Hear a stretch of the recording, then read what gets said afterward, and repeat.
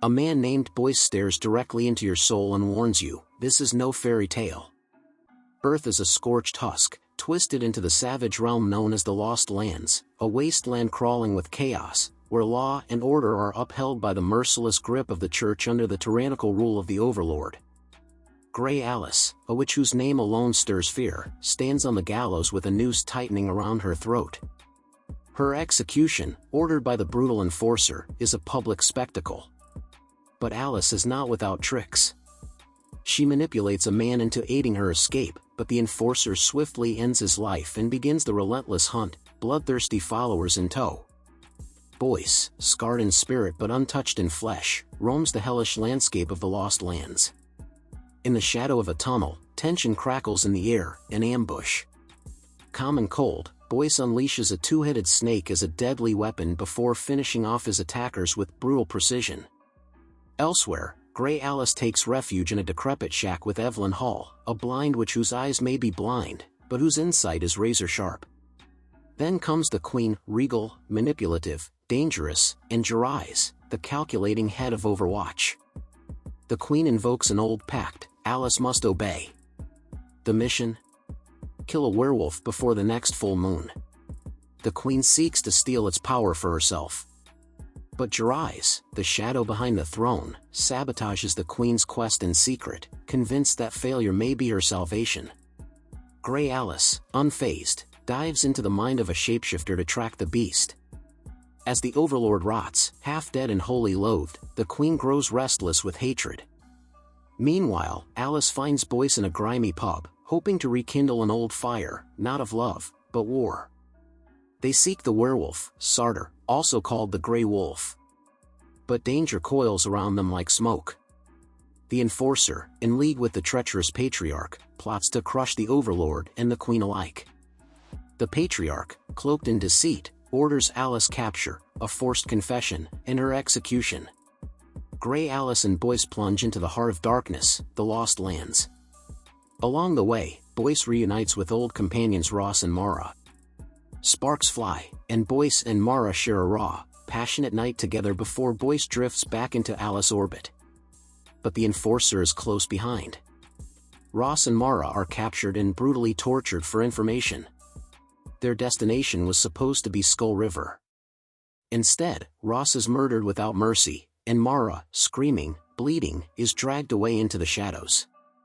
Boyce and his companions set out to find Cyrus, only to discover his lifeless body swinging from a noose, another victim of the church's merciless grip. When they confront the enforcer and her loyal executioners, they realize the soldiers have shielded their eyes to block Grey Alice's mind-bending powers. The enforcer, cold as stone, murders Mara before Boyce's eyes just to savor his anguish. Chaos erupts, gunfire splits the silence, and a savage chase leads them onto an air tram high above the wasteland. One by one, the enforcer's goons plummet to their deaths. In a desperate move, the cable is cut. Boyce clings to life and hauls Grey Alice back from the edge. But the enforcer isn't done, she shoots Boyce. Grey Alice, through the lens of a sniper rifle, channels her magic and turns the tide, saving him as they make a narrow escape. Their path winds deeper into madness. In the wilderness, they face creatures of bark and blood, monsters twisted into the shape of trees. Surrounded by a circle of fire, they come face to face with the creature's leader, who snarls at Grey Alice's return. Her past sins burn hotter than the flames. The illusion she casts convinces the monsters they're engulfed in fire. She turns to Boyce with a haunted stare and a warning: she's dangerous, and not to be trusted. Back in the kingdom's blackened halls, the Queen murders the dying Overlord herself, whispering a venomous revelation: she's pregnant with Boyce's child. As the Patriarch announces the Overlord's death to the people, his schemes continue. He plots the Queen's assassination in silence. Meanwhile, the enforcer makes a final attempt to take Grey Alice's life, ambushing her aboard a thundering train. Alice flees into the tunnels, scrambling toward a broken track that ends above the cliffs. Just before death can take her, Boyce appears and pulls her to safety. The train derails, the enforcer and her followers are obliterated in the explosion. Gerais, ever the shadow player, kills the Patriarch to protect the Queen, and beds her in the aftermath. Under the blood-lit full moon, Gray Alice and Boyce reach Skull River. But the truth erupts like a wound. Boyce is Sartor, the shapeshifter they've been hunting. The moonlight transforms him into a beast. Alice, relentless, drives silver claws into him, stopping the monster cold. As Boyce lies broken, human once more, she confesses, she always knew.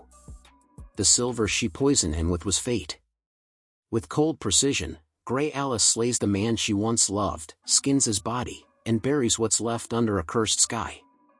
She delivers the pelt to the queen. Gerais accuses her of failure, but the queen sees the truth. Alice gave her exactly what she wanted. When she learns Boyce was the shapeshifter, and that Gerais had kept it from her, she kills him in a rage. Rebellion ignites across the Lost Lands as the church collapses and the throne splinters. The queen flees. Boyce's pelt smolders beneath the sun, and then, from the earth, he rises. Resurrected. Vengeful. He hunts the one who killed him. But Alice, ever the witch, knew he'd return. Just as she believed in the uprising, she believed in him. Together again, Boyce and Gray Alice stalk the ruins of the Lost Lands, two monsters, side by side, surviving and hunting whatever comes next. Do you think Gray Alice truly loved Boyce, or was she always planning to betray him for her own survival and power? Let us know what you believe in the comments below. Don't forget to like and subscribe. See you next time.